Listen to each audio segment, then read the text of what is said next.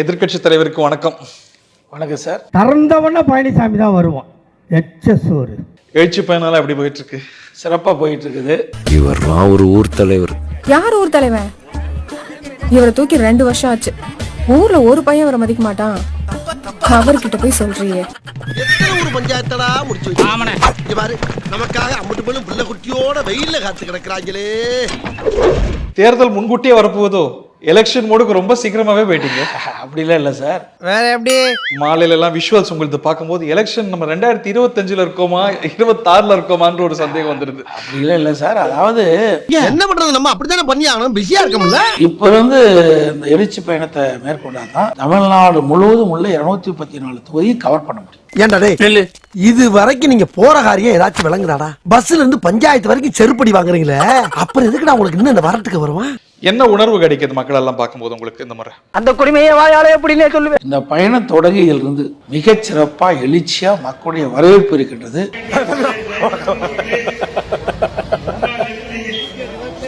என்னடா ஒருத்தர் மதிக்க மாட்டான். என்னடா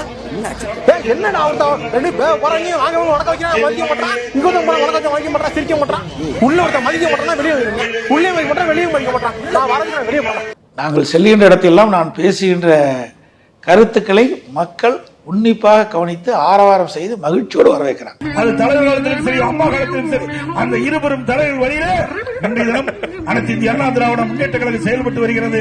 ஆகவே வேண்டுமென்ற திட்டமிட்ட அவதூறு செய்தியை நம்ப வேண்டாம்.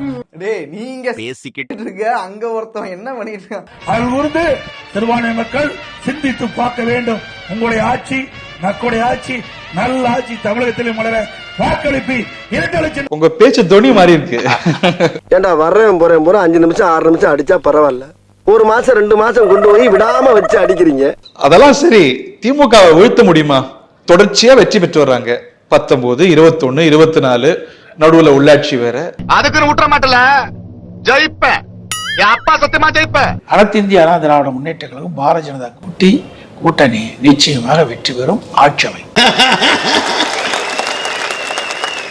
வாய்ப்பில்ல ராஜா, வாய்ப்பு கிடையாது. நீங்களே சொன்னீங்க அவங்களுக்கு ஒரு பெரிய கூட்டணி பலம் இருக்குன்னு. அது மாறிடல, அது அப்படியே தான் இருக்கு. அது அவங்களை கரை சேர்த்துறாதா? 2019 நாங்களும் கூட்டணி பலம் தான் வச்சோம். சுகர் வந்தவன், பைல்ஸ் வந்தவன், பக்கவாதம் வந்தவன்லாம் எனக்கு அடியாளு. இவங்களை வச்சு நான் சண்டை செய்யணும். மக்கள் அப்ப எங்களுக்கு வெற்றி வாய்ப்பு கொடுக்கலையே. மக்கள் அப்ப எங்களுக்கு வெற்றி வாய்ப்பு கொடுக்கலையே. நீ நேர்மையா நடந்தா இந்த கதி வந்திருக்கும். இந்த மாதிரி கெட்ட வார்த்தையில கிட்ட பேசாத. செத்து போன்னு சொல்லி சாகுற. நேர்மையா இருந்தா என்னடா அர்த்தம்? அதுக்கு நான் பொதுவாக சொன்னேன். இதுக்கு தான் வந்திருக்கிறேன். கூட்டணியை மட்டும் வெற்றி வாய்ப்பு கொடுத்துற முடியும். கூட்டணியை மட்டும் வெற்றி வாய்ப்பு கொடுத்துற முடியும். அப்ப நான் கூட இருக்கிறது உனக்கு தொந்தரவா இருக்குன்னு இன்டைரக்டா சொல்றியா? இதை விட டைரக்டா உலகத்திலே யாராலையும் சொல்ல முடியாதுடா. மக்களுக்கு ஆட்சியில் இருக்கும் போது என்ன செய்தோம் என்பதை மக்கள் எண்ணுகிறார். நான் உங்களுக்கு ஒண்ணுமே செய்யலையே, அதுதான் பிரச்சனையே. ஒண்ணுமே செய்யலையே. மக்களுடைய மனம் நிறைவு பெற்றால் தான் அந்த ஆட்சி ஏற்றுக்கிறார், இல்லை என்றால் அந்த ஆட்சி அகற்றுறாங்க. அப்போ நீ எந்த நல்லதும் செய்யாம தான் தோத்து போனேன்னு சொல்ற, அப்படிதானே? மக்கள் அப்ப எங்களுக்கு வெற்றி வாய்ப்பு கொடுக்கலையே. இந்த கண்ணாடியை பார்த்து நீயே காரி துப்பிக்கோ. கடந்த 4 ஆண்டு கால திராவிட முன்னேற்ற கழக ஆட்சியில எந்த ஒரு பெரிய திட்டத்தையும் கொண்டு வந்து நிறைவேற்றல.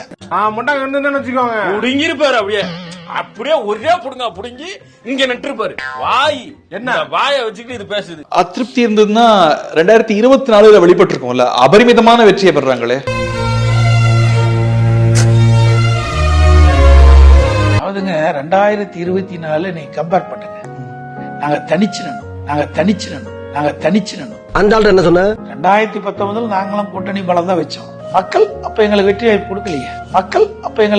கொடுக்கலையே. கூட்டணியை மட்டும் வெற்றி வாய்ப்பு கொடுத்துற முடியாது. இதுல எதுல உண்மை? ரெண்டும் உண்மைதானே. என்னடா சொல்ற?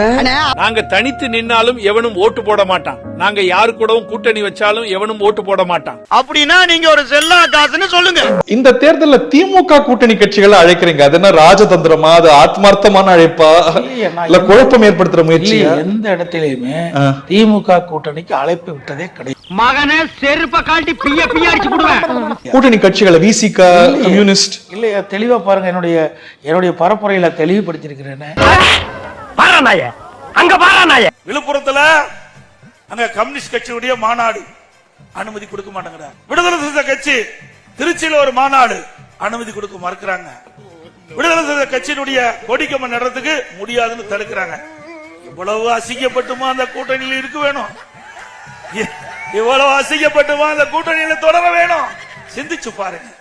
அனைத்து இந்திய அண்ணா திராவிட முன்னேற்ற கழகத்தை பொறுத்த வரைக்கும் எங்க கூட்டணியில் சேர்கின்றவர்களுக்கு ரத்தன கம்பளம் விரிச்சு வர இருக்கின்ற கட்சி அண்ணா திமுக கட்சி. முதல்ல ஒன்னா காப்பாத்திக்கடி. திமுக கூட்டணியில இருக்கிற கட்சிகள் யாராவது உங்கள்கிட்ட பேசிட்டு இருக்காங்களா? வர வாய்ப்பு இருக்கா? அப்படி எதுவும் இதுவரை பேசவில்லை. அந்த பிரம்மாண்ட கட்சி யார் சார்? அது ரகசியம். கொஞ்சம் சொல்லேன்ப்பா ஏன்னு. அதெல்லாம் ரகசியம், சொல்றதுக்கு இல்ல. நினைச்சு பார்க்காத அளவுக்கு ஒரு கட்சி வரப்போகுது. அது வேற யாரும் இல்ல, என்னுடைய சிஎஸ்கே கட்சி. நக்கல்யா அவனுக்கு. பாஜகவோட இந்த தேர்தல்ல கூட்டணி வைக்க முடிவு செய்த காரணம் என்ன?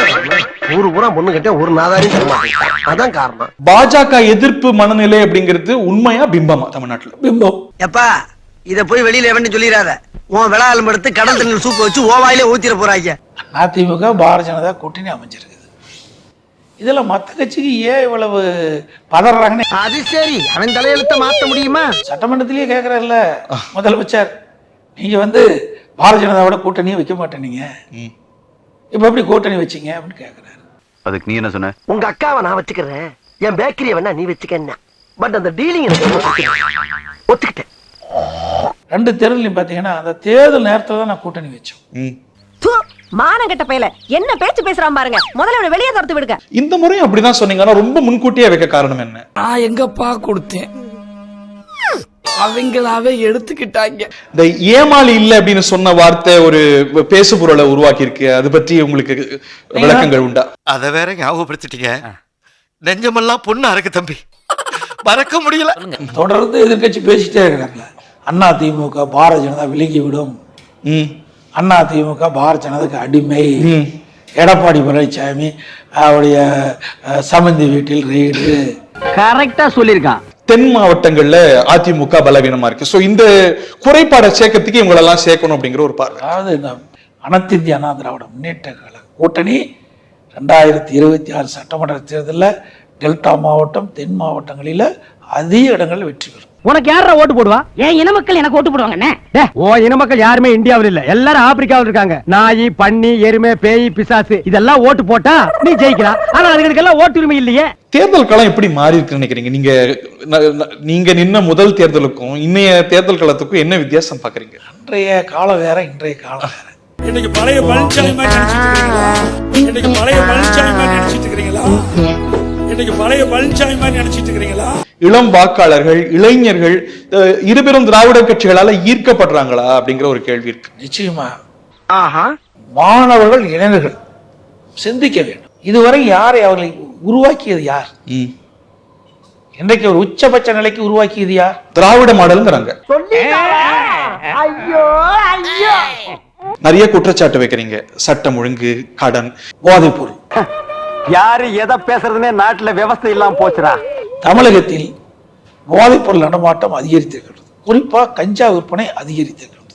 அதிமுக ஒரு கட்சின்னு சொல்றதுக்கு உங்களுக்கு யோகித்து இருக்காடா? தமிழகத்துல திமுக ஆட்சிக்கு வந்த பிறகு 50 மாத காலத்துல சட்டம் ஒழுங்கு சந்திச்சுட்டு அடியோடு சட்டம் ஒழுங்கு சீர்கட்டு விட்டது. சட்டம் ஒழுங்கு கெட்டு போச்சா?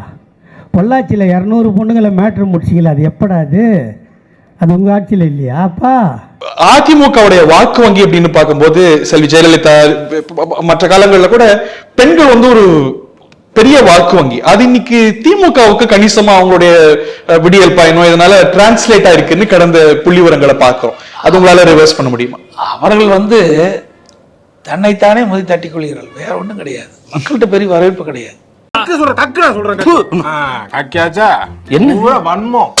வன்மங்களை உள்ள வச்சிருந்தா உனக்கும் கெடுதல் எங்களுக்கும் கெடுதல். கக்கிட்டினா மக்கள்கிட்ட வரவேற்பு தான். நாங்க இவ்வளவு எழுச்சி பயணத்தில் இவ்வளவு பெண்கள் எப்படி கலந்து கொள்வாங்க? புதுக்கோட்டையில் இபிஎஸ் நேற்று சுற்றுப்பயணம் மேற்கொண்ட நிலையில் அந்த கூட்டத்திற்கு வந்தவர்களுக்கு கட்டுக்கட்டாக பணம் விநியோகம் செய்யப்பட்டதாக கூறி காட்சிகள் வெளியாக இருக்கின்றன. ஒரு ஒன்றியத்திற்கு 6 லட்சத்திலிருந்து 10 லட்சம் வரை வழங்கப்பட்டதாகவும் கூறப்படுகிறது. மானம் இருந்தா விஷங்க வாங்கி சாப்பிட்டு செத்து தொலைஞ்சு போங்க. எங்களை அனைத்து இந்திய அண்ணா திராவிட முன்னேற்ற கழக அரசு வர வேண்டும், ஆட்சிக்கு வர வேண்டும் என்ற அடிப்படையில் தான் நான் 31 சட்டமன்ற தொகுதியிலும் சுற்றுப்பயணம் செய்கின்ற பொழுது அந்த அளவுக்கு மகளிர் அதிகமா கலந்துக்கிட்டாங்க. நமக்குன்னு ஒரு கௌரவம் இருக்குதுல்ல, எங்க இருக்குது? நீங்க தான் சொல்லிட்டே தெரியுங்க. ஆமா, ஒரு பெண் கூட்டத்தில் பேசிட்டே இருக்கும்போது அண்ணா எப்ப நீங்க முதலமைச்சராக போறீங்க? இதெல்லாம் ஓவர் நக்கலு. அப்படின்னா அந்த அளவுக்கு இந்த ஆட்சி மீது வெறுப்பு இருக்கு. தேர்தலை எதிர்நோக்கி கொண்டிருக்கின்றார்கள் மக்கள். எப்பொழுது தேர்தல் வந்தாலும் இந்த ஆட்சி அகற்ற வேண்டும், மீண்டும் அனைத்து இந்திய அண்ணா திராவிட முன்னேற்ற கழக தலைமையில் அமைக்கப்பட்ட கூட்டணி கட்சி வெற்றி பெற்று அதிமுக ஆட்சி அமைக்க வேண்டும் என்று அவள் விரும்புகின்ற காட்சியை நேரடியா என் கண்ணில் நான் பாக்குறேன். நீ சொன்ன வாக்கியத்தை தஞ்சாவூர் கோயில் கல்வெட்டுல வெட்டி வச்சிட்டு பக்கத்திலேயே நீ உட்கார்ந்துக்க. உனக்கு பின்னால வர்ற சந்ததிகள் அதை பார்த்து படிச்சு தெளிவா நடந்துக்குவாங்க. ஸ்டார்ட் பண்ணு.